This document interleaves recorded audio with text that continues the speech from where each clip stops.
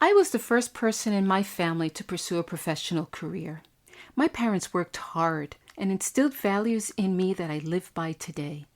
But there were limits to how they could support me at the start of my career, which left me to navigate it with no guidance.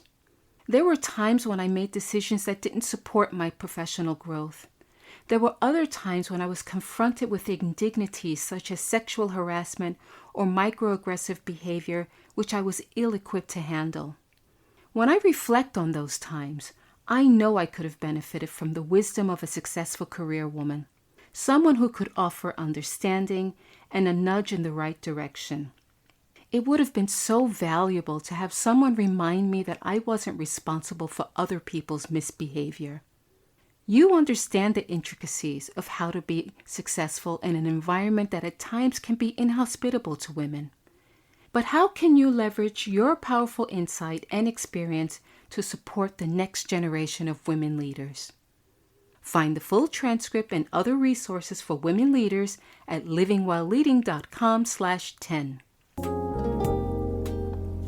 You're listening to Living While Leading with your host, Sharon Ehrlich, where I help women IT executives gain more control over their careers and carve out time to care for themselves and family.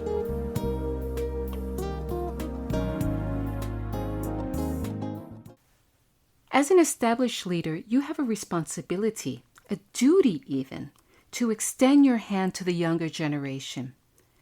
To illustrate why this is essential, let's take a walk down memory lane and reflect on your own experiences in the workplace. Think back to the early days of your career when the expectations seemed overwhelming or even impossible to achieve. How often did you wish that you had access to a trusted resource to express your fears, doubts, and challenges without being judged? This would have been so much more validating than being told to toughen up and stop complaining anytime you displayed vulnerability. What about all the times when you received guidance from someone who didn't fully appreciate the unique challenges faced by women in the workplace?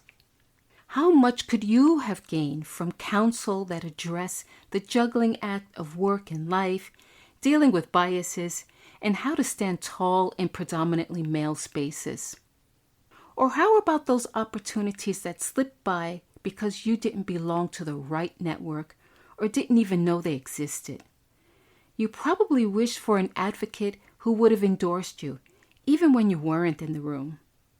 With the benefit of hindsight, you now understand the cumulative impact these slipped opportunities had on your earning power and career trajectory. The trials and tribulations you faced early in your career shaped you and made you resilient. However, I'd like to discourage you from considering those experiences as a standard for upcoming generations. The hurdles career women faced in the pre-internet era have evolved considerably compared to those in the digital age.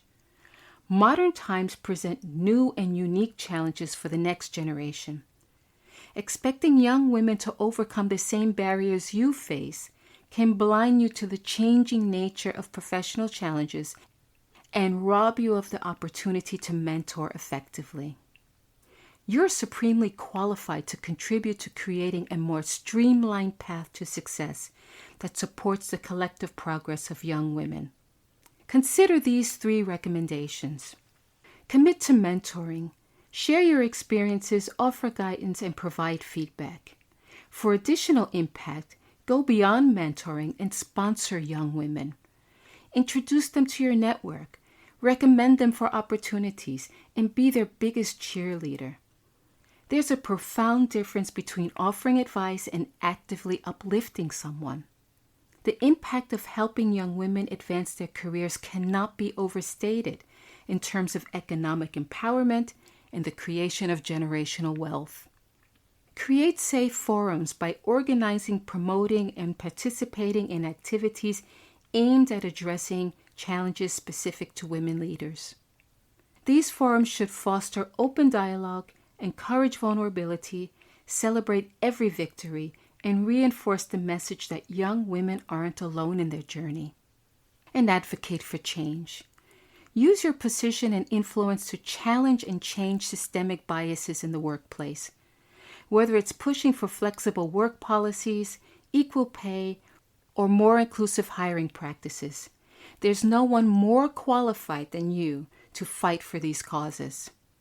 The essence of leadership is not just about leading. It's about paving the way for those who follow you. Your contribution to women at the beginning of their careers will facilitate their growth and enable inclusivity. Your legacy will live on in the countless women you've supported in crafting a more equitable future for them.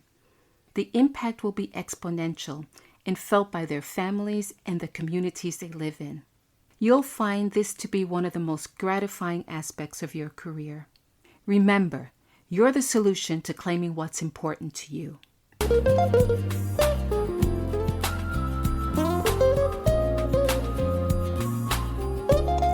Thanks for listening today. This is your time. Give yourself permission to reclaim what's important to you and be who you want to be. If you're getting value from this podcast, please subscribe, share it, or write a review. And connect with me on livingwhileleading.com or on LinkedIn. And don't forget to tune in next week.